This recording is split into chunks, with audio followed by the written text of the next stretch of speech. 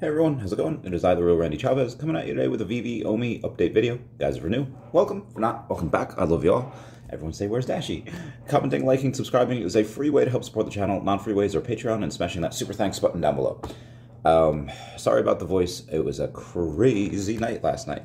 So we are going to start off with the OMI, and then we'll get into the Veve news afterwards. So let's try with the Akomi token first. We'll get to the rest of the market, see how it's comparing.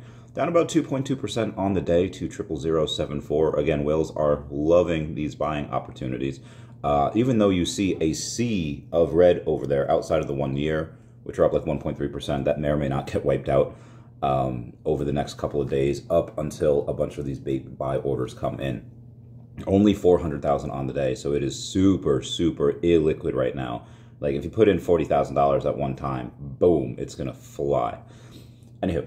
Moving on here. The rest of the market is looking, well, Bitcoin's flat, Ethereum's up 0.5%, BNB is flat, Solana's up 1.7%, XRP at 1.8%, Lido Staked up 0.5%, Dogecoin up 3.8%, Cardano up 1.3%. So if it's not flat, it is up a little bit. There's nothing really in the red. I mean, it says that Bitcoin is down like 0.1%, but that's about it. That's really the only thing. And I expect that obviously to change at some point. For anyone that was using MEXC, the newest exchange that we have, they weren't able to go and withdraw right away. The withdrawal didn't open until yesterday at 4 p.m. UTC. So if you tried it first, it wouldn't let you try again. It might be able to go and do that now. Dr. Stuff kind of just reiterated what Foster Hilt had said, saying, hey guys, we're listening, we understand, we know what you want, we are listening. And there is stuff that's being communicated, and there's stuff that's also not being communicated. It's not being said right now because there is stuff waiting in the wings, ready for a surprise whenever we get those. Wes goes and says, more of the days we need to be able to buy OMI on the app since there won't be an exchange in the US to buy OMI for a long time. They never said that there won't be for a long time. It just kind of looks that way. I think like crypto.com is like one of the ones that doesn't actively have a lawsuit and might not be in danger one. So maybe we get that in the future. 63SW says, serious question, what percentage of users will want OMI over fiat? I have no desire for more OMI. I can't be the only one. Dr. Stuff responds, I think you're right. There will definitely be some people who want fiat over OMI when they sell a collectible. However, there will be people who do want OMI over fiat. It will be a nice choice to have. So if you ask me, and again, I'm pretty anti-dollar, do I want an inflationary asset where they print more things, when they print more of the supply every year, and the value of it has consistently gone down since the introduction of the Federal Reserve in 1913? Or do I want a deflationary asset that is likely to go up over time? It's not financial advice.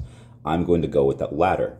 The deflationary asset that I had mentioned last, that is obviously OMI. That is something that, in my opinion, will go up over time. So I would much rather hold something in that deflationary asset as opposed to inflationary, something that will go up.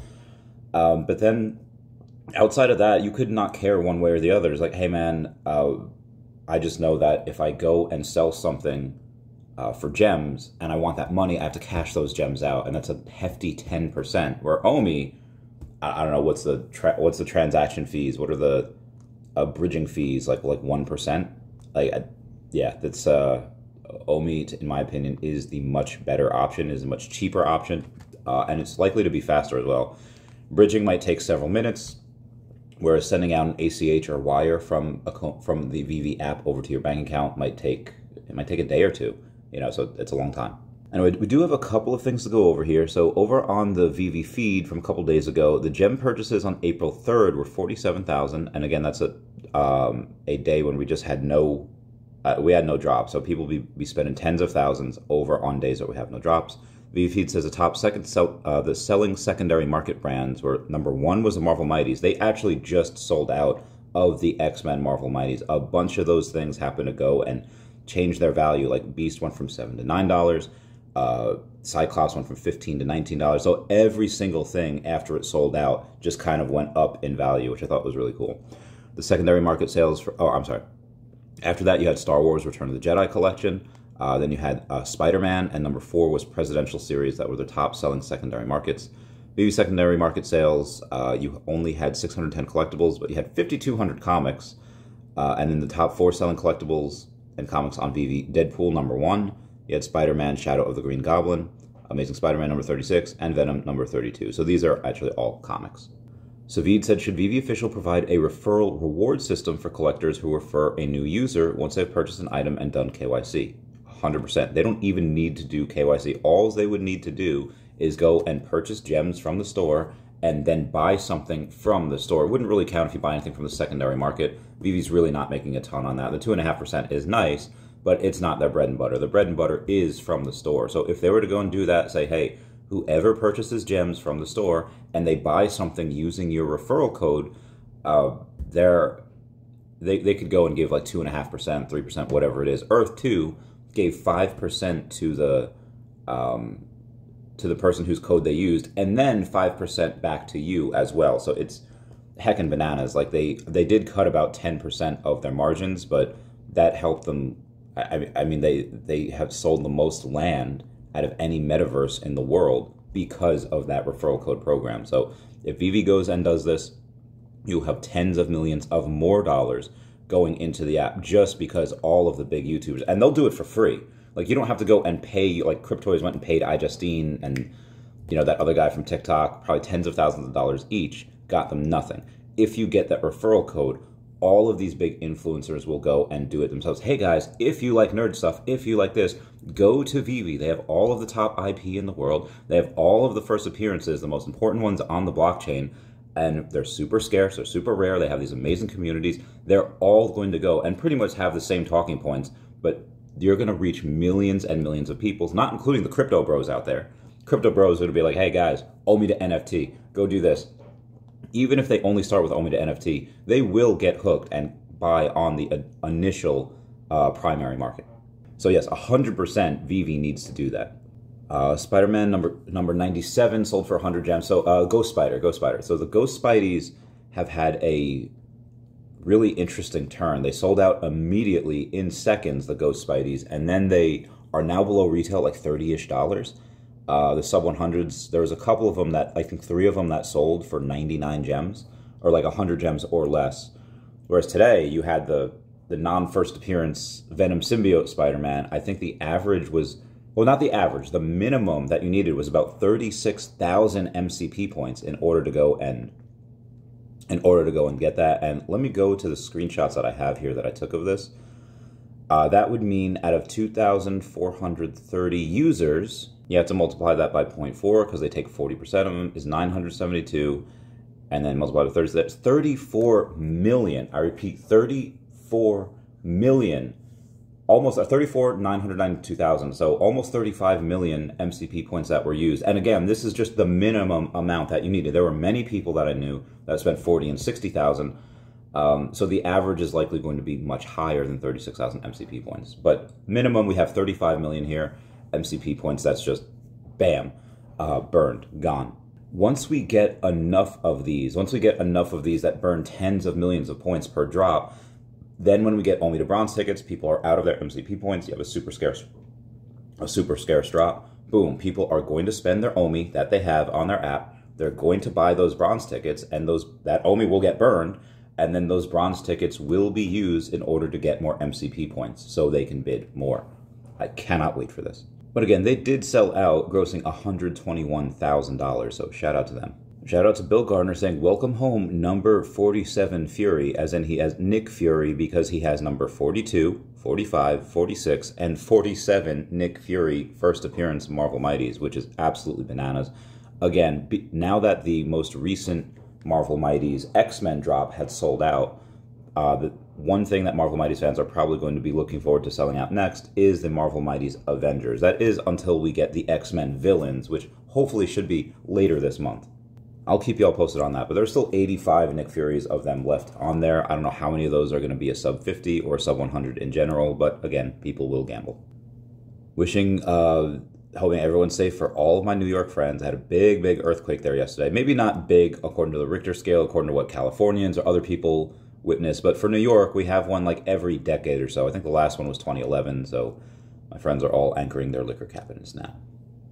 Oh, also, if nobody knows who Simu Liu is, he is Shang-Chi, and with Addiction Comic number 2, you do receive a 15% discount for Veve customers using the code VEVE15 buying their dumplings online. And Simu Liu, he owns a partial stake in that store. So go and get that bread.